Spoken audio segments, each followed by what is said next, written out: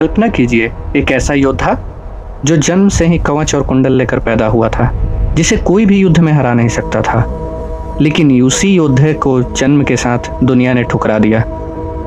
यह कहानी है कर्ण की। कर्ण का जन्म कुंती और भगवान सूर्य के वरदान से हुआ था।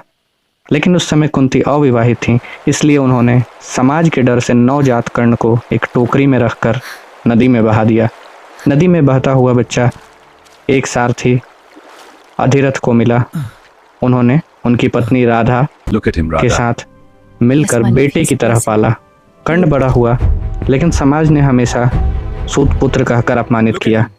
फिर भी उसके अंदर एक सपना था, एक महान धनुर्धर बनने का। जब गुरुकुल में अर्जुन अपनी धनुर्विद्या दिखा रहे थे, तभी कर्ण ने उन्हें चुनौती दे दी।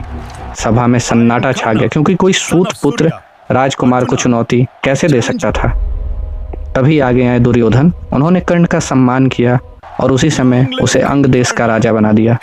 उस दिन से कर्ण ने दुर्योधन से मित्रता निभाने की कसम खा ली।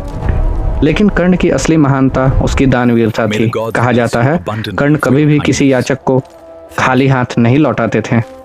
एक दिन देवताओं के राजा इंद्र भगवान ब्राह्मण का वेश धारण करके कर्ण के पास आए। उन्हें पता था कि कर्ण का कवच और कुंडल ही उसकी सबसे बड़ी शक्ति है। ब्राह्मण ने वही मांग लिया। कर्ण समझ गए कि यह कोई साधारण याचक नहीं है।